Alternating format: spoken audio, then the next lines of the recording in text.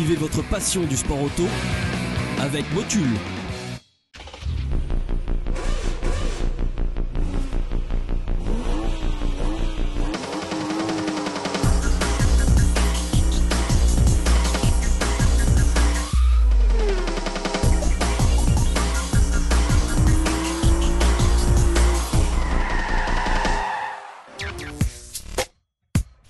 Salut, aujourd'hui un grand tourisme hors du commun avec un cours magistral de drift. La discipline qui monte pour devenir la plus tendance du sport automobile. Sa définition s'apparente à « ne roule presque pas mais glisse sans arrêt ».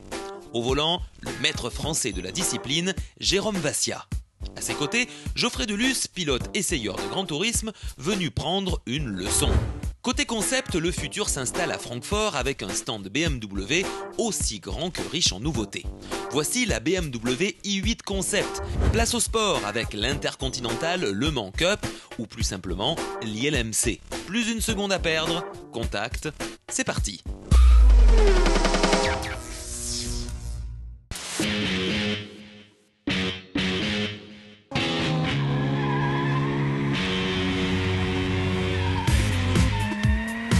Aujourd'hui, à l'essai, une voiture un peu différente, une voiture de drift, une voiture qui est faite en fait que pour la compétition, avec, on le voit, une décoration très particulière, c'est un vrai show, une voiture spécifique en préparation avec des pneus de compétition, une direction elle aussi spécifique au drift. Après, la grosse différence se passe bien sûr, comme toujours, entre le baquet et le volant, le pilote.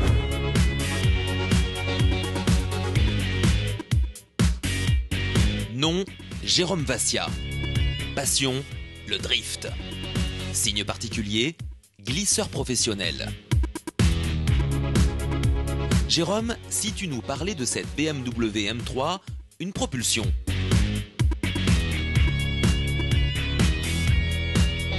Je vous présente la BMW M3 que je pilote pour le team V-Drift. Le drift est une technique qui vient du Japon, qui est une discipline à part entière du sport automobile, plutôt artistique, notée par des juges. Le véhicule est dédié au drift avec un aileron qui est certes esthétique mais qui permet de canaliser la fumée et un peu plus de spectacle. Des suspensions renforcées, réglables dédiées au drift. Un frein à main hydraulique qui permet des mises en dérapage beaucoup plus précises à des vitesses élevées. Un répartiteur de freinage pour répartir la puissance entre l'avant et l'arrière selon le circuit ou le virage. Le moteur, il s'agit d'un BMW 6 cylindres atmosphérique 6 cylindres qui est poussé à peu près à 350 chevaux et les freins sont de série sur cette voiture. À bord, comme dans toute voiture de compétition, l'intérieur est très dépouillé pour gagner du poids et de la maniabilité. On retrouve un truc spécifique qui est vraiment ici au centre, le levier de frein à main, un petit peu comme en rallye, à part que là il sert à vraiment jeter la voiture dans les virages. Après, pour le reste, bien sûr, siège baquet, sécurité maximum avec arceau de sécurité. Et puis une chose qui est importante en drift, c'est ce petit boîtier qui permet à la fois de capter la pression des pneumatiques, mais aussi et surtout les jets. Allez, maintenant on va passer à la pratique. Jérôme va m'expliquer comment on drift, passer du rêve à la réalité, glisser avec une voiture autant que l'on veut. Regardez. Allez, on s'installe.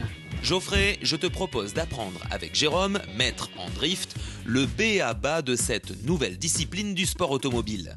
En commençant par une petite prise en main. Je te propose le premier atelier, mise en dérapage, transfert de charge. C'est parti. Ça marche mieux.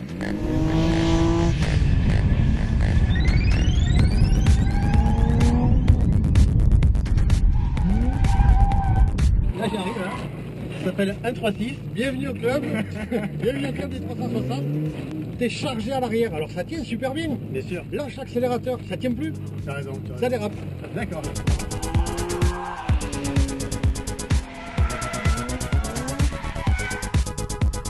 Chaque fois je me retrouve. C'est le métier qui rentre quand je fais. C'est le métier qui rentre. Au moins ça glisse. Ah ça glisse là ça.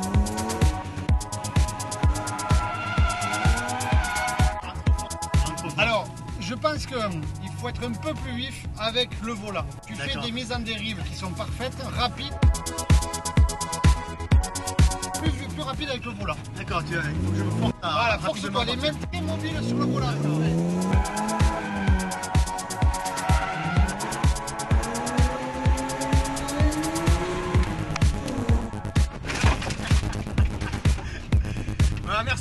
Allez. Super. Bravo. Moi. Allez, montre-moi tout ça. Comment tu fais, toi? Le drift se pratique uniquement sur circuit. Attention, n'essayez pas d'imiter Jérôme Vassia. La route n'est pas un terrain de jeu.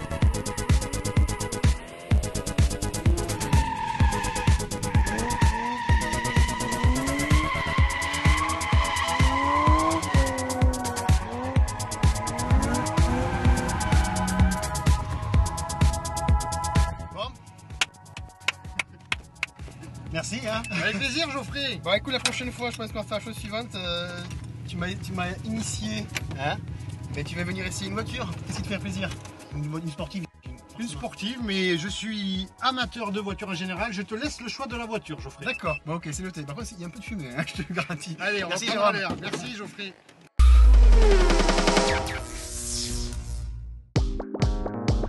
Au Salon international de l'automobile de Francfort, la marque sœur BMW i présente un concept automobile pas comme les autres. Le BMW i8 Concept préfigure l'avenir d'une mobilité à la fois durable et dynamique. Dans sa configuration 2+2 places, la BMW i8 Concept se présente comme une sportive de la toute dernière génération. Une voiture à la pointe du progrès, pleine d'intelligence et d'innovation. Grâce à son concept d'hybride rechargeable unique en son genre, elle combine un moteur thermique et un moteur électrique pour faire découvrir une expérience de conduite exceptionnelle. En effet, elle se contente d'une consommation et d'émissions minimales. Ici, deux formules d'entraînement différentes s'associent pour jouer leurs atouts sur la BMW i8 Concept. Conçue comme une hybride rechargeable, celle-ci combine le meilleur de deux univers. En premier, celui des moteurs électriques et en second, celui des moteurs thermiques. Cette association allie efficacité maximale et dynamisme des plus élevés. Le moteur électrique de la BMW i8 Concept se loge sur l'essieu avant. Quant aux 3 cylindres essence turbocompressés, il entraîne l'essieu arrière. Sa puissance atteint 223 chevaux avec un couple maxi de 300 Nm. De concert, les deux moteurs portent la voiture en moins de 5 secondes de 0 à 100 km/h. Cela avec une consommation de moins de 3 litres pour 100 km, selon le cycle européen. La vitesse est bridée à 250 km/h par l'électronique. Le concept hybride permet aussi de rouler en tout électrique. Un accumulateur d'énergie taillé sur mesure se loge entre les modules avant et arrière. Il peut refaire le plein d'énergie en moins de 2 heures sur toute prise de courant standard. Le BMW i8 Concept dispose d'une autonomie d'environ 35 km en tout électrique. Dans ce concept hybride, le moteur électrique n'est pas un système d'appoint, mais un système mis sur un pied d'égalité avec le moteur thermique. Il permet au moteur thermique de produire du courant et de charger l'accumulateur d'énergie. Cette option ne sert cependant qu'à prolonger l'autonomie pendant le voyage et ne saurait remplacer l'opération de recharge sur la prise électrique. Les deux moteurs permettent d'entraîner les 4 roues de la BMW i8 Concept. Cette formule réunit ainsi les avantages d'une traction avec ceux d'une propulsion et d'une transmission intégrale.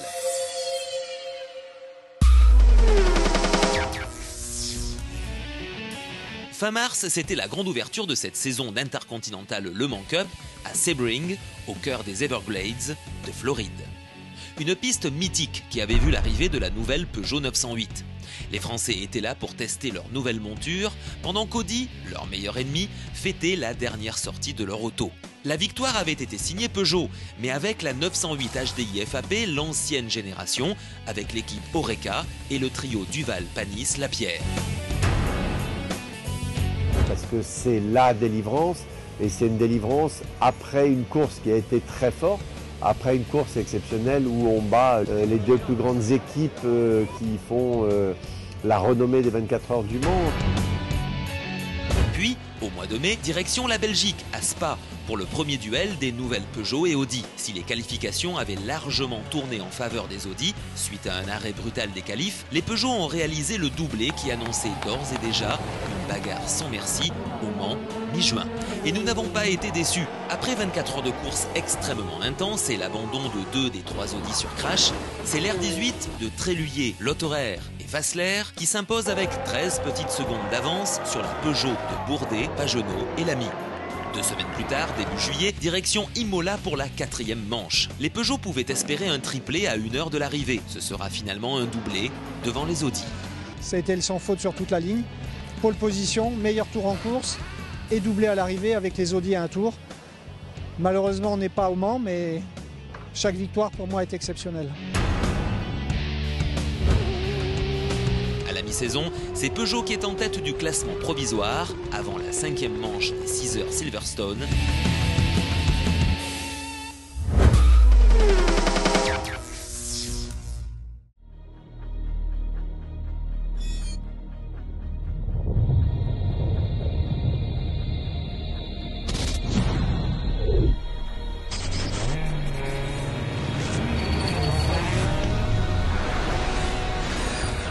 C'est la grande nouvelle sportive que tout le monde attendait. Sébastien Loeb allait-il re-signer chez Citroën ou pas? La nouvelle est tombée cet été alors que le septuple champion du monde des rallyes est en passe d'arracher un 8e titre. L'aventure avec la marque au chevron continuera encore pour 2 années. Sébastien Loeb avait pourtant eu des propositions alléchantes de la part d'autres constructeurs comme Volkswagen. Mais c'est la fidélité à Citroën, la marque qui l'a toujours accompagné, qui a eu raison de son choix. C'est donc reparti pour 2 saisons de bataille sur les rallyes mondiaux pour le champion français.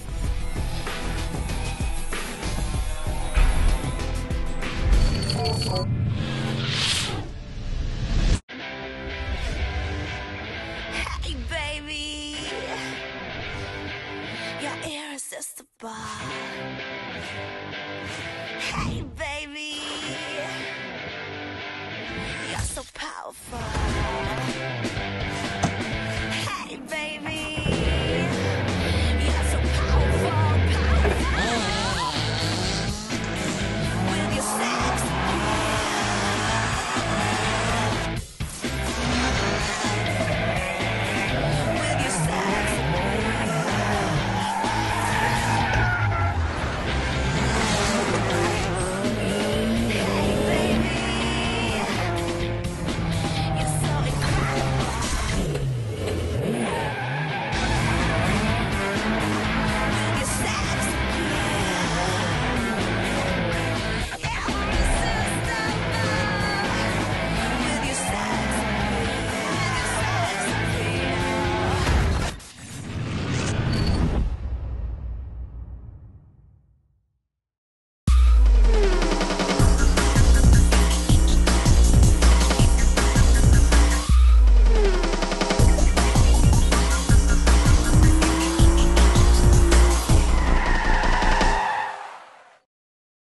Vivez votre passion du sport auto avec Motul.